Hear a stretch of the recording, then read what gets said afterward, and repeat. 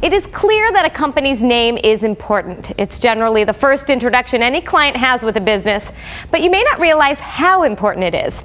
Check out this next story, where a simple name change completely revamped a company's culture, sales, and attitude, and there is no doubt that it is paying off.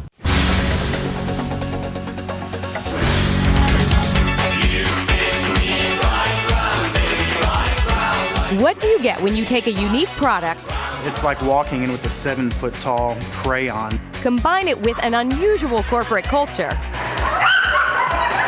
and an extremely descriptive brand name?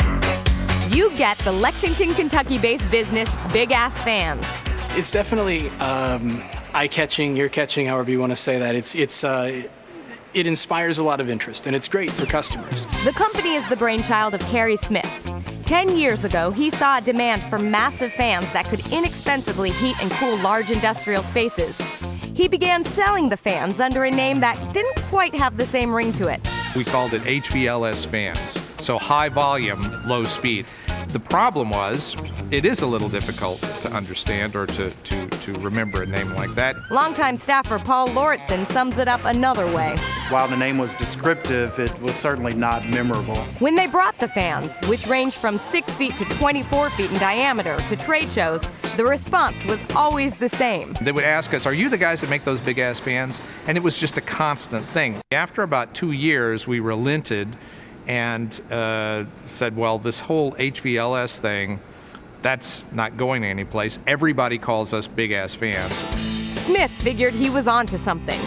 They had used the Big Ass Fans name informally in advertising, and he decided to go all the way and rename the company, a decision that paid off instantly.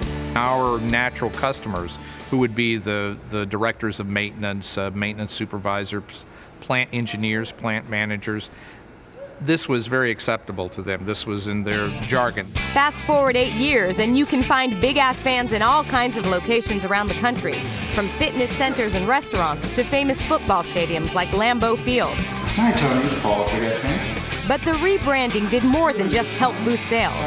It also completely reshaped the company's culture. It tells people, I think, an awful lot about the culture here at the company. It tells them about how we run the company, because it is a very honest, straightforward, we're very open with what we do. These days, people are lining up to work for Big Ass Fans. We are looking for an awful lot of young, aggressive, dynamic people, because those are the types of persons that you need for a small company.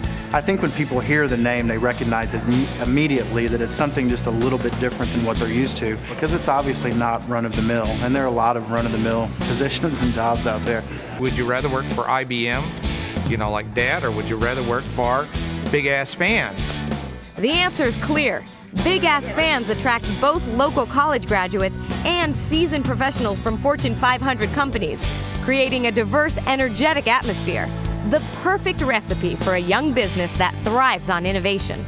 You have ideas coming from pretty much everywhere, from the line up to the head engineer. Doesn't matter. If it seems valid, we'll give it a shot. And the donkey fights don't hurt either. Friday at 5 o'clock in the afternoon, it's a war. But they're not just horsing around. The people at Big Ass Fans take pride in delivering the highest quality products, something that's important for a company that could easily be written off as a gimmick. But what that imposes upon us as a company, we have to have the absolute best. With a name like Big Ass Fans, there has to be some serious engineering behind it, otherwise it wouldn't make it in the market. So what does the future hold? Well, Kerry Smith has big plans for his big fans. We see a Big Ass Fan in everybody's living room. And while he's confident that the business would have been a success regardless of the name, he has no doubt that the change to Big Ass Fans was the right move. Because it is such a good descriptor of what we do. And I think people appreciate that, and they appreciate the fact that it's very, very honest. I mean, it really is. Love it or hate it, you remember it, and that's the key to any good brand. Sometimes being literal can be your best marketing tool. Let's turn to this week's board of directors to get their opinion. Jennifer Hill is the vice president of Astia, a group dedicated to helping female entrepreneurs. And Craig Lushan is the president and founder of Outsourced Ad Ops, a company that started in his apartment and now boasts multi-million-dollar revenues. So great to see both of you. Great to see you again, Jen. Thanks for coming on the program. Thank you. This is one of my favorite pieces. And what I love about it is great, Big Ass Fans is such a funny name and it's a cute piece, but that it not only changed their sales, but changed the culture. How do you think that happened? I mean, they've been around for a long time. They have. Well, it did two things. First, by using that name, it told the world we are incredibly confident in our products. What we do so well that we can make fun of ourselves. And that makes us not only innovative, but fun to work with, and that attracts customers to the company. And I guess attracts employees, but do you have to be... I mean, what if you had a total straight guy as the CEO and, it was filled with a bunch of straight people and then you have this name? Would that work? You can definitely wind up having a fun environment at the office while having a very straight-laced CEO. You can have a fun product name. You can have a lull of a product name. Regardless, as long as the product is there and it does what it needs to, you can push it. Do you have to be that kind of person who will push it, though? I mean, I just think, what if, do you have to be the Big Ass Fan guy to have a name like Big Ass Fans, or will it not work? Oh, no, I think you do. You have to be able to stand by your brand, because people are looking for an image. When they see the CEO, that's the leader of the company, and he or she has to really embody what the image is, and to be a leader for your employees, too. So your employees want someone to look up to. And if you're going bold with a name and making it really fun and interesting, then that's going to trickle down, and everyone else is going to want to be bold and fun and interesting with you.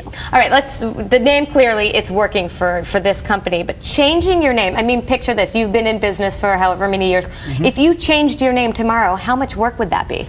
It takes a while to build a brand. It takes a long time. It takes a lot of hard work, a lot of effort, and once you're known within your industry, if you change it, you wind up having to change focus with everybody. Mm-hmm. If it's a totally different name that goes from, the HVAL name. What were they? Yeah, HVLS, high volume, low speed. Exactly, over to Big Ass Fans, you're not necessarily going to know that this company was that company, and the Fan is still the same great product, it's just got a new name. If they're rebuilding the product and they're changing everything around, then at that point, which they didn't. So how would you evaluate, okay, it's worth the risk of changing this name? Oh, sometimes you just got to be bold. If you want to do it, do it. If you've got a great product and you want to just change your view in the marketplace and you can stand behind it, you think it's going to work, but you're really confident, just go for it. All right, thanks so much, guys.